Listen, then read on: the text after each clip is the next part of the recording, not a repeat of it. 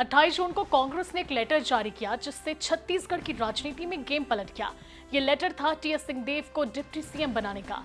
सिंहदेव के deputy CM बनने के बाद छत्तीसगढ़ में बीजेपी को बड़ा झटका लगा। इस रिपोर्ट में हम आपको बताएंगे कि कैसे टीएस सिंहदेव को पावर देकर कांग्रेस ने बीजेपी को बैकफुट पर भेज दिया है। जय जोहार, मैं हूं निधि भारद्वाज। छत्तीसगढ़ तक में आप सभी का बहुत स्वागत है।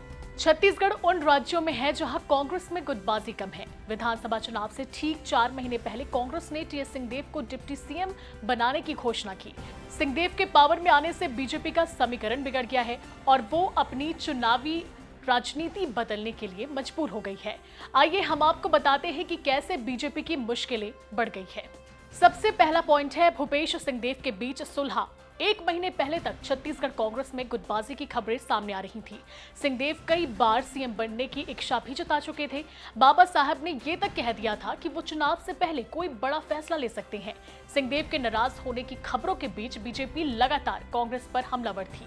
भूपेश बघेल और टीएस सिंहदेव के मनमुटाव का बीजेपी फायदा उठाना चाहती थी, लेकिन कांग्रेस ने 28 जून को टीएस सिंहदेव को डिप्टी सीएम बनाने का लेटर जारी कर दिया। इसके बाद से सिंहदेव और बघेल की नाराजगी की खबरों पर विराम लग गया।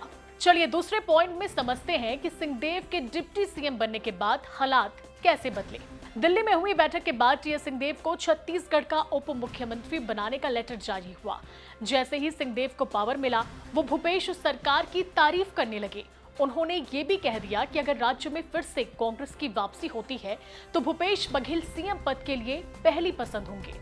वहीं तीसरे समीकरण पर आते हैं। कांग्रेस की अंदरूनी कलह खत्म होते ही बीजेपी को कैसे नुकसान हुआ। कांग्रेस में आपसी कलह का बीजेपी फायदा उठाना चाहती थी। 2018 के विधानसभा चुनाव में कांग्रेस की जीत में महत्वपूर्ण भूमिका निभाने वाले टीएस सिंहदेव को डिप्टी सीएम बनाकर पार्टी ने एकजुटता का संदेश दिया। वहीं भूपेश बघेल ने कैबिनेट विस्तार के बाद टीएस बाबा को हेल्थ के अलावा ऊर्जा विभाग का भी मंत्री बना दिया। इससे पहले टीएस सिंहदेव और भूपेश बघेल के बीच खींचतान की खबरों को लेकर बीजेपी भूपेश सरकार पर लगातार हमलावर थी। बीजेपी इस गुटबाजी का फायदा सरगुजा में खास तौर पर उठाना चाहती थी, लेकिन अब उसके लिए ये टास्क मुश्किल होगा। चौथे पॉइंट में आपको बताते हैं कि कैसे बघेल सिंहदेव की जोड़ी कांग्रेस के सत्ता में आने के लिए बेहद महत्वपूर्ण है। 2018 के विधानसभा चुनाव में भूपेश बघेल टीएस सिंहदेव की जोड़ी ने कांग्रेस का 15 साल का वनवास खत्म किया था।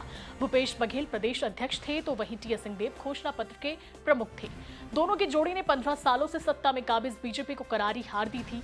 दोनों नेताओं ने पूरे प्रदेश में कड़ी मेहनत की और पार्टी को सत्ता में ले आए। बीजेपी को लग रहा था कि गुटबाजी के कारण इस चुनाव में दोनों एकजुट नहीं हो पाएंगे, जिसका फायदा पार्टी को मिलेगा।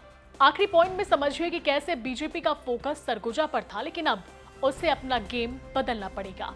टीएस सिंहदेव सरगुजा राज परिवार से आते हैं और अंबिकापुर विधानसभा से 3 बार विधायक रह चुके हैं। दोनों नेताओं की गुटबाजी के बीच बीजेपी ने सरगुजा इलाके में अपना दखल बढ़ा दिया था। सरगुजा संभाग को टीएस सिंहदेव का गढ़ माना जाता है। 2018 में कांग्रेस ने यहां की सभी 14 की 14 सीटों पर जीत दर्ज की थी।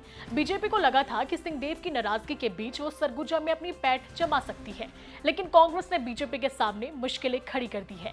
अब देखने वाली बात होगी कि बीजेपी इसका क्या तोड़ निकाल पाती है और चुनाव में कैसे कांग्रेस को कड़ा मुकाबला दे पाती है।